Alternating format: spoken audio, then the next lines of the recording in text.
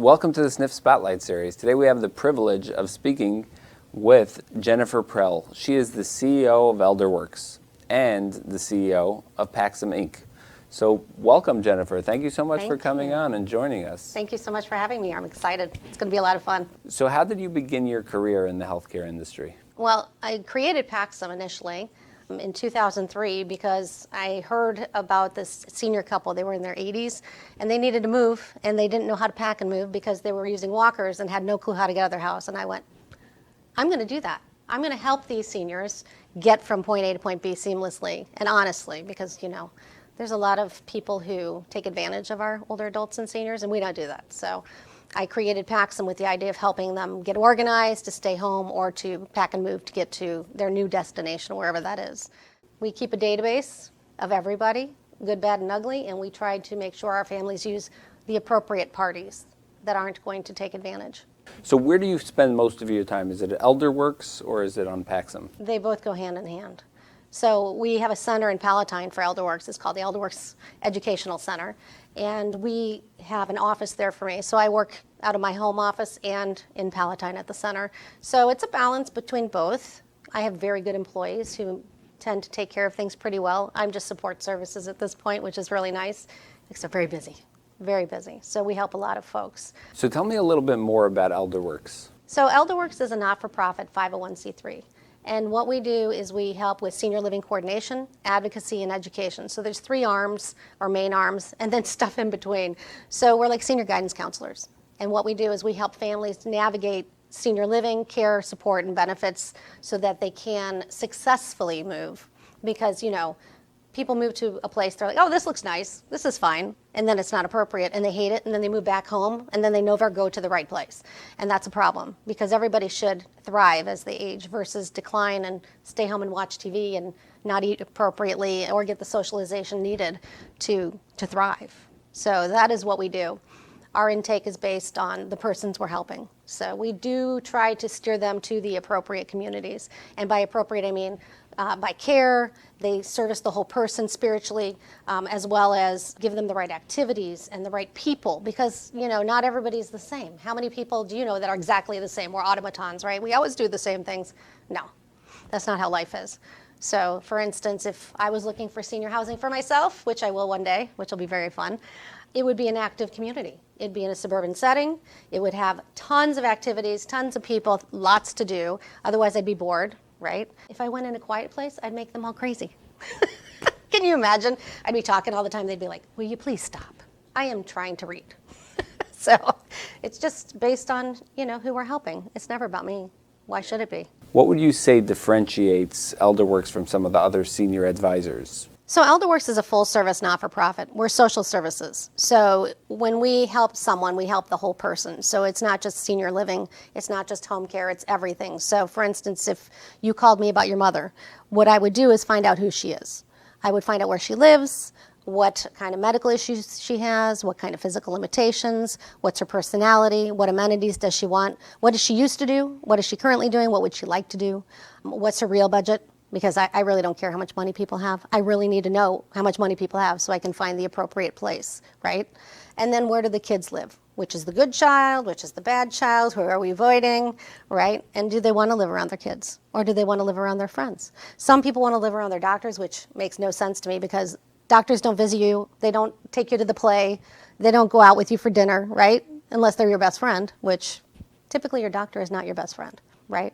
So we take that whole piece, and then once we figure out who the person is, we find out, do you have your legal documents in order? Do you have power of attorney for health care? Do you have power of attorney for property? Do you qualify for any veterans benefits, any other benefits or support services that you might need? Do you have the correct insurance in place? Do you have your cognition, right?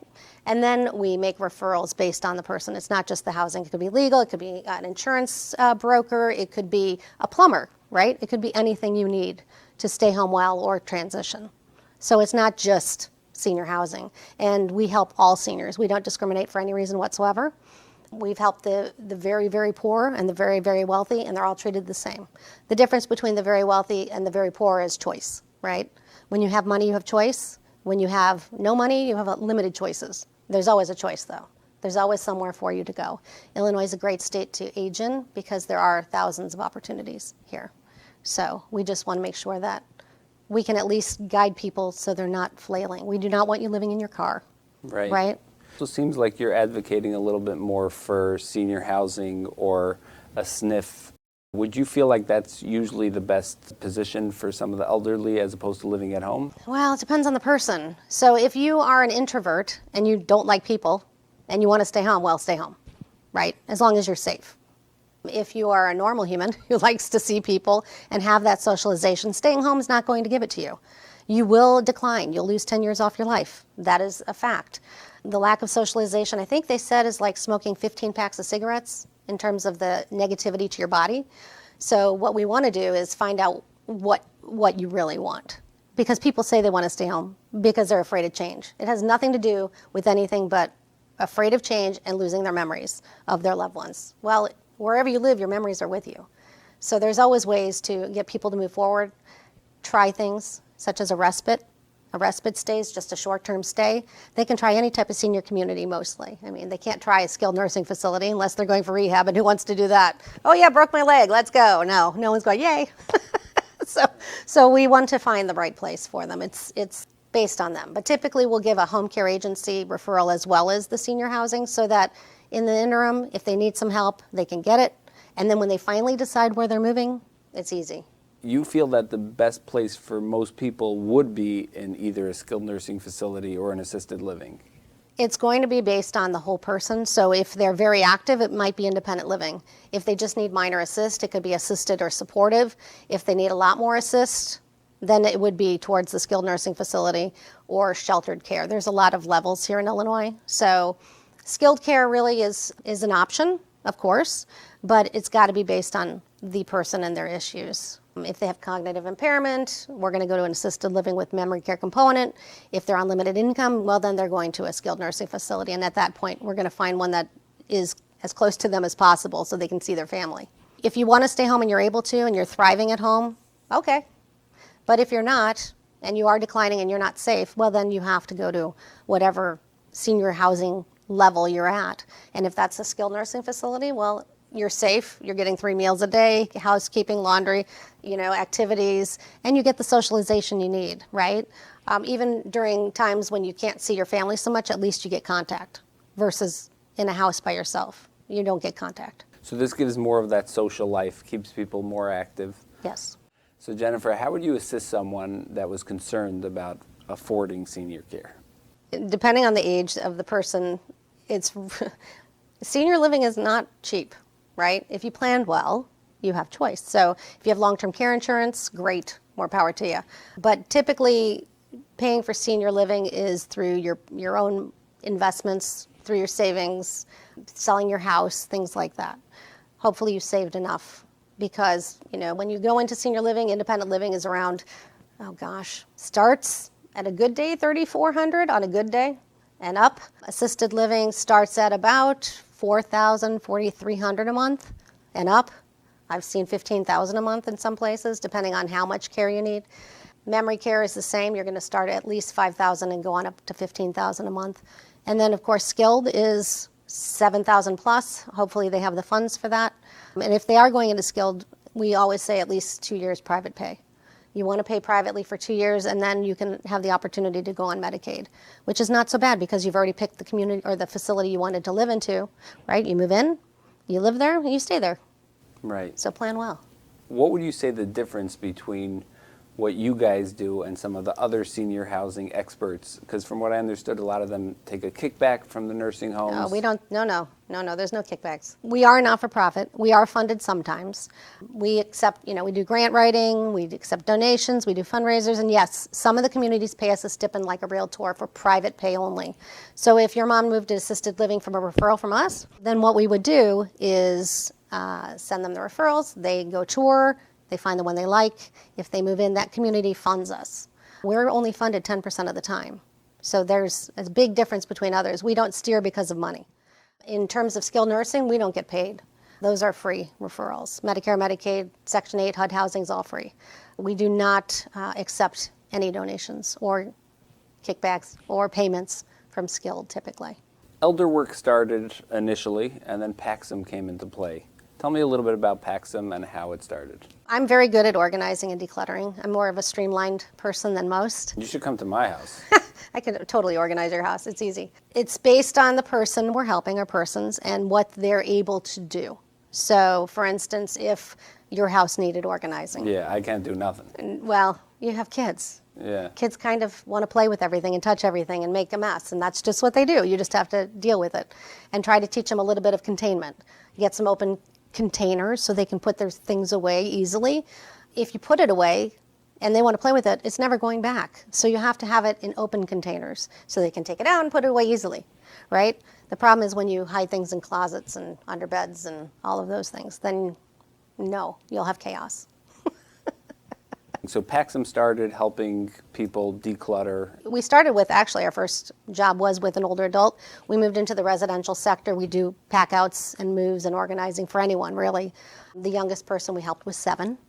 And we're not maids, okay? Let me put that out there. We are not maids. We are not here to clean up your mess. So she had to help. This little girl and I spent 7 hours cleaning her bedroom. And she took out, oh God, I think about 30 bags of toys. 13 bags went in the attic for later, and the rest were donated. And at the end of the day, she was exhausted, which was great. You know, you do your job when someone's tired, right? So she told me, she said, no one's allowed in my room again unless they promise to put everything away. And I'm like, hey, we won. It worked, because it's really about learning the processes, right? And what needs to be done so that you can live a quality of life in your own bedroom or house or wherever it is. So Paxsum does do residential organizing and decluttering and moves, but we prefer older adults because I like them best. They have better stories, they appreciate us more, they give better hugs, they make us cookies. So, you know, that's probably why I got a little bit extra here. But yes, we love our older adults. And we don't care if they're happy, sad, grumpy, whatever, more power to them. It's their life. And they deserve the respect and everything we can give them, right? I we're love getting that there. attitude. We're getting there. I love that attitude. I'm getting there. I'm Look at getting my there for white sure. hair. It's like, Oh gosh, let's talk about the little wrinkles, you know. yeah, I have wrinkles too. Yeah. Yeah, so tell me how Paxsum relates to elder care. So what Paxem does is, let's say your mom and dad have moved out of their house, okay? And they've moved into the facility, and now you have a house and stuff. What are you going to do with it? Are you just going to let it sit there? Your largest asset is the house. That's the largest value. The contents typically are not. So what we do is we go in, and if there is a viable estate sale, we'll actually go in and hold the sale for the family, and then they have some income from the sale of those items, and then we'll do the final clean out by handling the charity as well as the waste removal, and then you can basically just have the house cleaned or fix up what needs to be fixed, and then you sell your biggest asset. If you let it sit, you lose your value, right? You don't want it to sit. And if someone has gone into a facility under Medicaid, they have 1 year to sell that house. Their goal is to get that house sold. And you do want as much money as possible for it, so that you can pay privately into the facility, pay them back, whatever you need to do your spend down, and then, you know, you move on. You don't have to worry about it anymore. So we make it simple, right? And if you are living in the house and you do need to move, well, how are you going to move? Well, we'll help you with that process. So we'll help you figure out what needs to go with you. If you're moving into a facility, then we know what you need to take, right? If you're going to build your room out, they probably provide a bed, and maybe you want your own dresser. Okay, we'll get you some dressers, a nightstand, a flat screen TV, get you the pictures that matter the most, get you the clothes that we know that are going to be the best suited for you, and then get you moved. And then again, go back and clean out the house and sell the items, or just do a clean out if there's nothing to sell. Right. Do you ever do that for couples as well? Like couples ever move together into a nursing home? Or? Yes. We had couples move together. Typically, people are waiting too long to do anything. So they stay in their house, they stay there a long time, and then now typically the couples that I work with, one's declining in health and the other one typically has cognitive impairment. So your caregiver's got poor health, the other one has cognitive impairment, now what do you do, right? Well, they can't stay home. It's just not safe, it's not appropriate, they need to move. So yes, then we move them together and they can stay in their own room together. There's no reason not to. I remember taking Grandpa's keys away. It was like a huge challenge. How difficult is this to convince someone, to explain to them, like, we're doing this in your best interest, they don't know you, They don't necessarily trust you at this point. Well, typically people trust us because we're there for them. They can listen to us or not. You know, we're not selling anything. We give advice. So we lead the horse to water. They drink, hopefully. Sometimes they don't. Typically it's the adult children calling us about their parents. The parents don't admit they need help. They tell the kids that everything's fine. Kids call, hey, Mom, how's it going? Oh, everything's great. You know, unicorns and butterflies. Everything's fine all the time. It's not. You need to see your parents, right? If you don't see your parents for a year or two, I can guarantee you there's a lot of changes you don't know about. And they can fake it till they make it, right? You've heard that. We've had people who've got Alzheimer's and they can fake it, their doctors out, they can fake their kids out. You have to see what's going on. Because once you get in the house, you can see typically what's going on. Or you get calls from the bank because they're writing checks, too many checks. Or maybe someone else is writing checks, which we get as well. So in terms of safety, they do need to listen to their children, their adult children. Their adult children have their best interests at heart. And that's why we're brought in, because the parents typically think of their children as children. And why am I listening to Johnny? Johnny's 3. Well, Johnny's not 3. Johnny's 65. Why are you not listening to Johnny? Right? So we're neutral. Here, you know, we'll just bring you the facts. We do a lot of family conversations. We can do them live, you know, at our center. We can do them at their home. We can do them via Zoom or FaceTime, have conversations, or just talk to everybody on the phone. With large families, what we say is designate one person. Who does mom and dad listen to the most? That's going to be the point person. Everybody else gets an opinion, but the point person needs to be the person that mom and dad are going to listen to. If they listen to no one, well, still have to point a person. And that person is in charge of looking around, finding the right community or facility, and helping mom and dad move forward. So run me through that process. Elderworks is typically referred by professionals in the industry and past families. 98% is that way because we're human-based. We're all humans helping humans. So it's typically a referral, and then they call us and they say, this is what we've seen. This is what's going on. How can you help me? And we just go through the whole process again. What's your mom's name? How old is she? Where is she living? What are the issues? What are you concerned about? Do you have power of attorney? The minute they say they don't, that's when things stop. You can't do anything if you don't have power of attorney for healthcare or property, if they're declining and they don't have full cognition. If they have full cognition and you're not power of attorney and they're just making bad decisions, well, they're still their decisions. Good, bad, or ugly, they get to own those. But if they don't have full capacity, well, at that point, you have to go to guardianship. You have to contact an elder law attorney, go for guardianship, and then you get to make all the decisions for your loved one once the court approves you as the guardian, or maybe they don't approve you.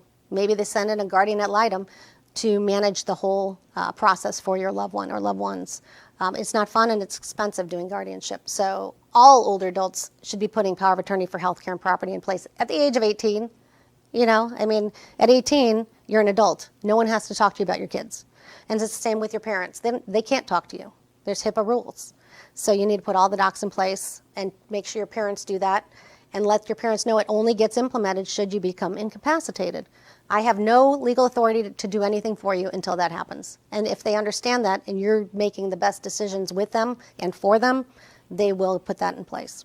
So you would typically tell children to have this discussion with their parents at a certain age? 60. At 60? At 60. At 60 to be able to get that power of attorney. I mean, this is a big, you know, most people don't have this experience of getting people into the SNF world or, you know, taking care of parents. They're not used to that. No, they are not used to it, and that's a problem.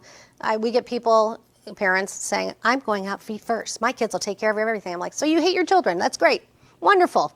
Way to go. Now, most people don't hate their children. So if you like your children, you need to set up everything for them so you successfully age and they're successful at helping you. Because otherwise it's just one big cluster. It is a mess. And then everybody's distraught. Everyone's crying. It's all stressful. And it's not a happy move. It's not a successful move. It is trauma.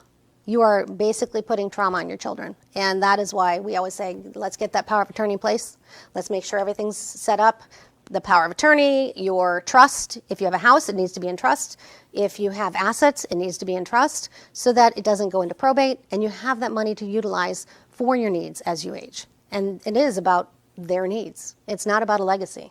It's about you, taking care of you and moving to the best facility for you. So you also help with estate management. Can you tell me a little bit more about that? In terms of the estate planning, we typically bring in elder law attorneys. They help with the legal process. We just guide them to the appropriate attorneys for their needs. So if it's just a general trust, power of attorney, we give them an estate planner, right? But if it has to go into probate or guardianship, those are different attorneys entirely. Or if there's elder abuse, financial exploitation, that's a different attorney. It's all based on what we hear, right? And we do report abuse. So if we hear that a child, a caregiver, or whomever is financially exploiting an adult or physically or verbally abusing them, we will report it. We have to. Right? Legally. Take care of them. Yeah, and I'm a human. I can't let something bad happen to someone I know. It's terrible. That's not who we are. Let's say, for instance, they're in a facility and they're not getting the care they would expect or is normal, let's just say. They call us and they say, hey, I want to move mom. And we find out why. Okay, well, let's move it up the chain. Let's find out what's really going on. Let's talk to the director of nursing. Let's talk to the nursing home administrator. Let's see how we can rectify this first. And that is what we do. We move it up the chain. We try to get everything seamless. And then typically it's corrected. Usually it's a food issue. They don't like bad meals. They really do not like bad meals.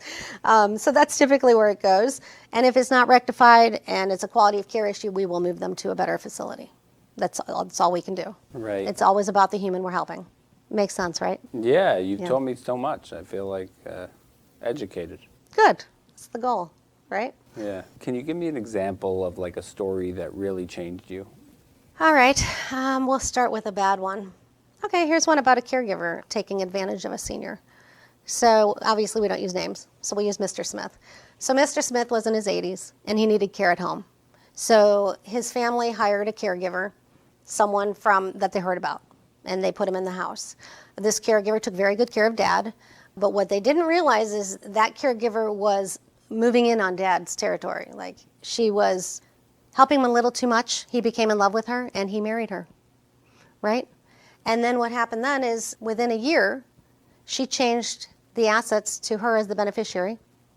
She moved all the assets under her name. And then shortly thereafter, Dad died, and they don't know why. And then he was immediately cremated. This definitely was elder abuse. She married him for the money. And at that point, we don't know what happened. There is no proof either way. But that's one of the worst I've heard, and that's just summing it up. There's a lot more in there, and no one needs to hear it. All I know is that person has a nice place in a bad place when they pass. So that's one instance. And then we have had caregivers who've went shopping for a 92-year-old female at Costco every week, spending $100 to $200. She's 92. What is she getting at Costco?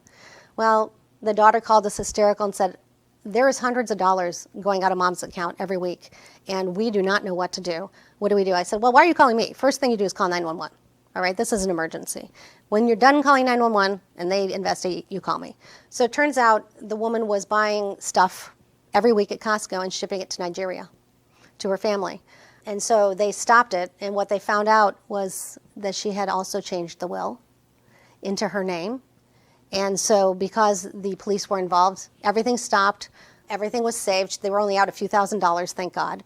And then they moved Mom into a facility, because obviously at that point, it was chaos. So sometimes caregivers are good, sometimes caregivers are bad. In terms of hiring a caregiver, you always go through an agency, because the agency has teeth.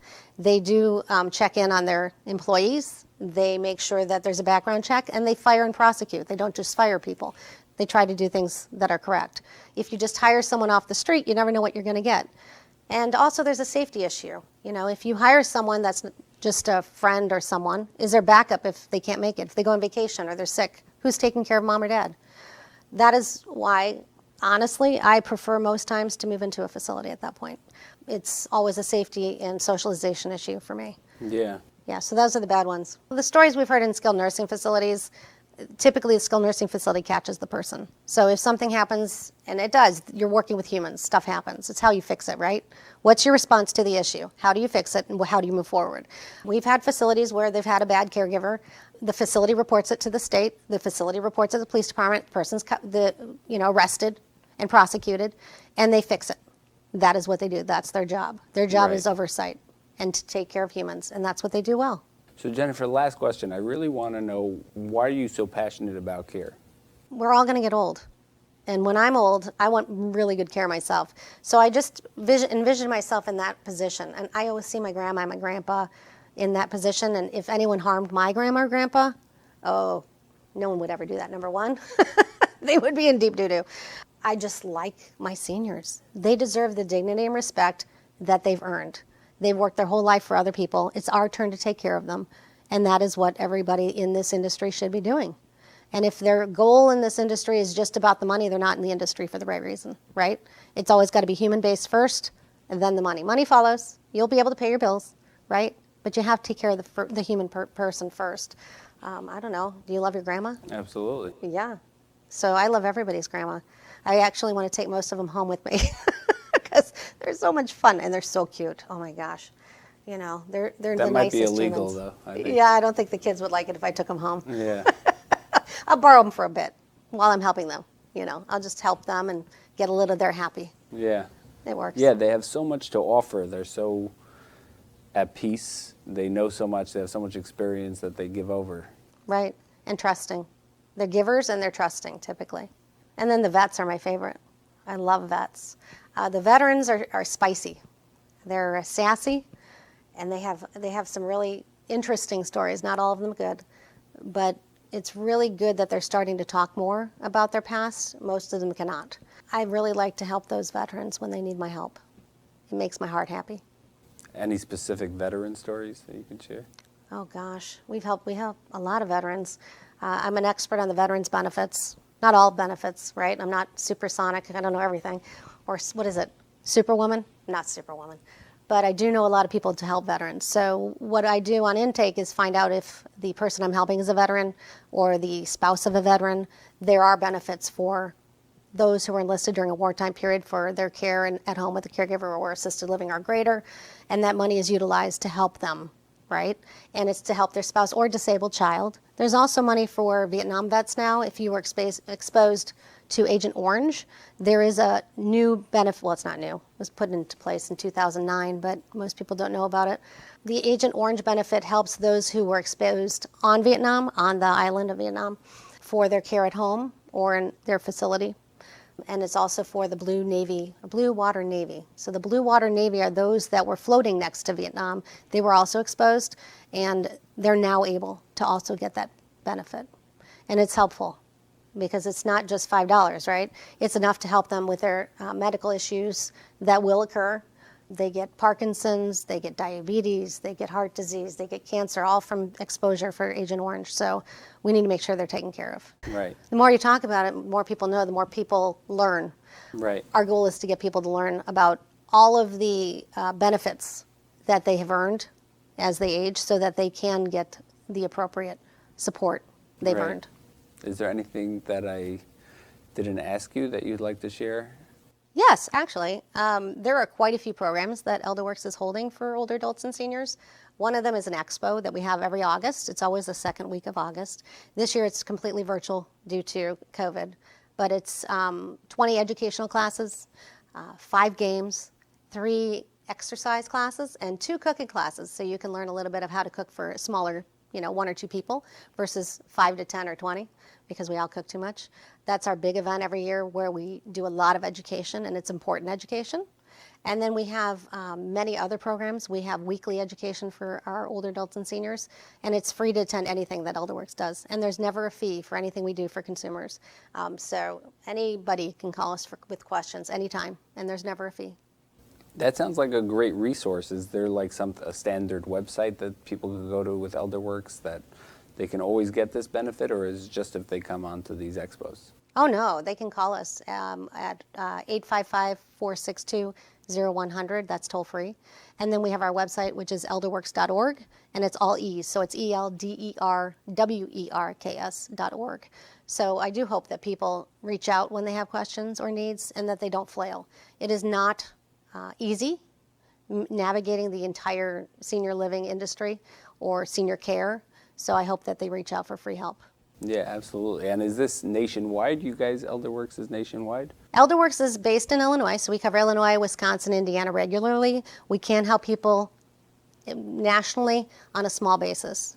Unfortunately, if we can't tour, we don't like to refer so often, but we do have partners that are nationwide, and we do tour often. Everybody tells us everything. We know about every community and facility in Illinois, the good, bad, and ugly.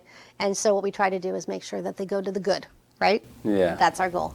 This was great. I mean, you taught me so much. I really appreciate it. Hopefully Jennifer. it helps. Yeah. Kind of the goal. I feel like I need to make a phone call now or something like to arrange things. Oh, you never know. If you don't have power of attorney in place, yes, do that. You never know what life holds for you, right? And you always want to have someone you trust holding those reins. So for like power of attorney for healthcare, they have to be able to do what you want should something happen. And it's your wants, not their wants. So if you have emotional family members, maybe it's not family, maybe it's your best friend, or maybe it's an external trustee, someone that you trust to do your will, right? And then the power of attorney for property, that's a big one because they're in charge of your money. So there's got to be 100% trust there. Right. So we just want to make sure everyone's taken care of. Yeah. Thank you so much, Jennifer, Of for course. coming on to the SNP Spotlight. Thank you for having me. It was very fun.